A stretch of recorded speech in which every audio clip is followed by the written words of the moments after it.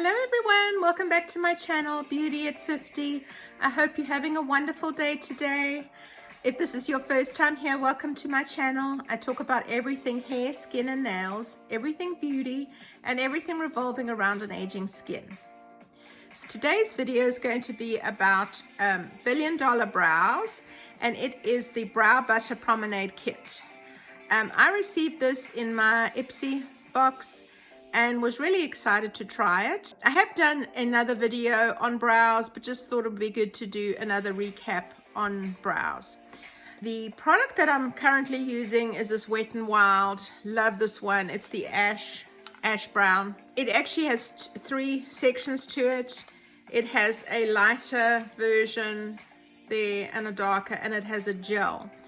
I've used this for quite a while. I really like the way it goes on. It's a powder form. I would probably have you look at something along this line versus this if you work out in the gym or you are more susceptible to rubbing your eyes. Then this butter, it's like a creamy consistency, would be a better formula for you. I want to say this is like $4. It's really cheap. I'll put the prices below. I didn't actually put the price of the $1 billion brows, but I did some research on them. They've been around since 2004, came out from LA. So products price-wise are in the 20s. If you look at Anastasia, they're a little more expensive, but this actually comes with the brush and the gel. And like I said, a lot of the products are in the $20 range. So this one that I'm trying today is Taupe. If you have my kind of coloring, then this would work for you. I really like it. It pretty much is exactly what I need for my brows. So it comes with a little pot, and there's two items in the little kit. Here's the pot. It's like a cream, and then you have the little brush, the one-sided, and it has the little spoolie. So this is what I do. Everyone does brows differently. As you can see, I have nothing in my brows.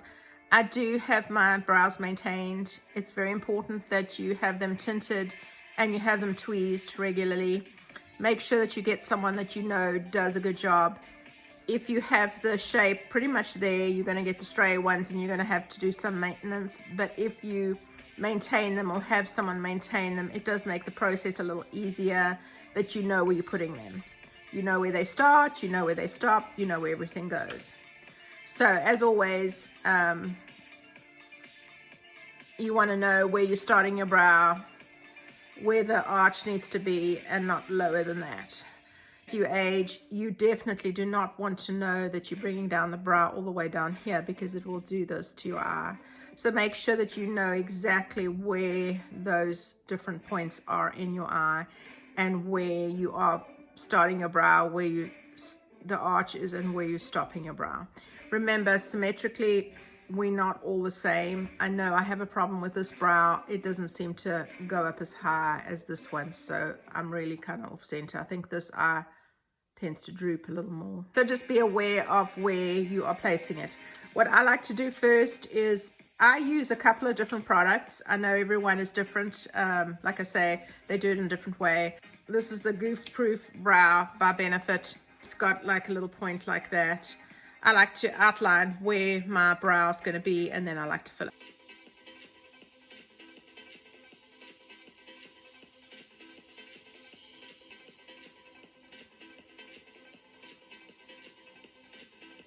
As you can see, I've outlined the bottom and on the top. Now I can go ahead and do my gel, and make sure you pick up less. You don't want to pick up too much on your brush.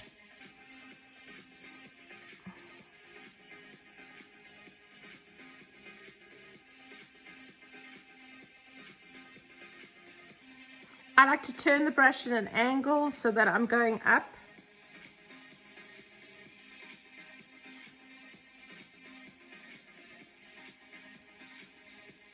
So if you look at the two brows, you can see this one is not as defined. There's spots open there.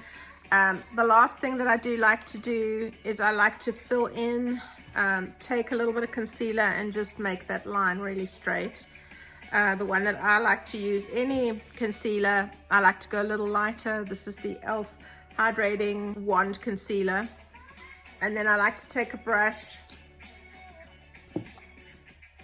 that has this kind of end to it, just a fine tipped brush.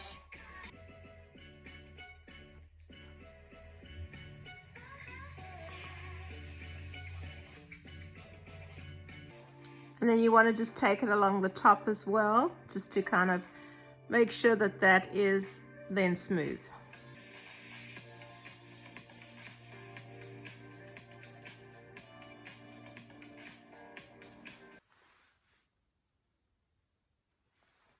Then I like to take a little bit of a lighter shade and just put a little bit of powder just on the top, just to set that.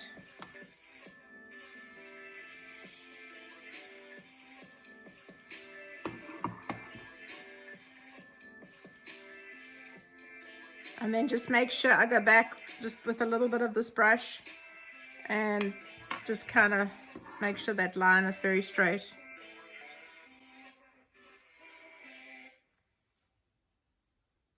So as you can see between the two, this one is a little more defined. Take the little spoolie at the end and then I'll just kind of brush it through. But you can see between these two, this one, the tail is kind of gone.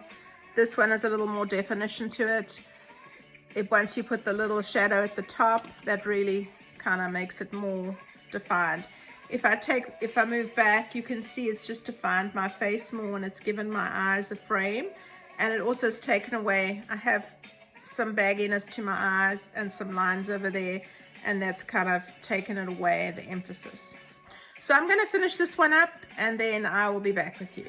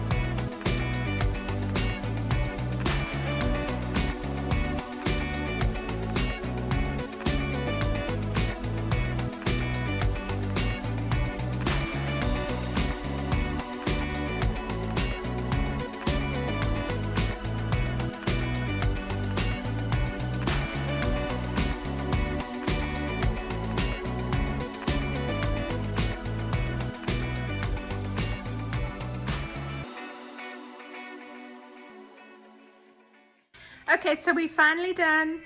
Both eyes are done. As you can see, this one to me still is a little bit higher.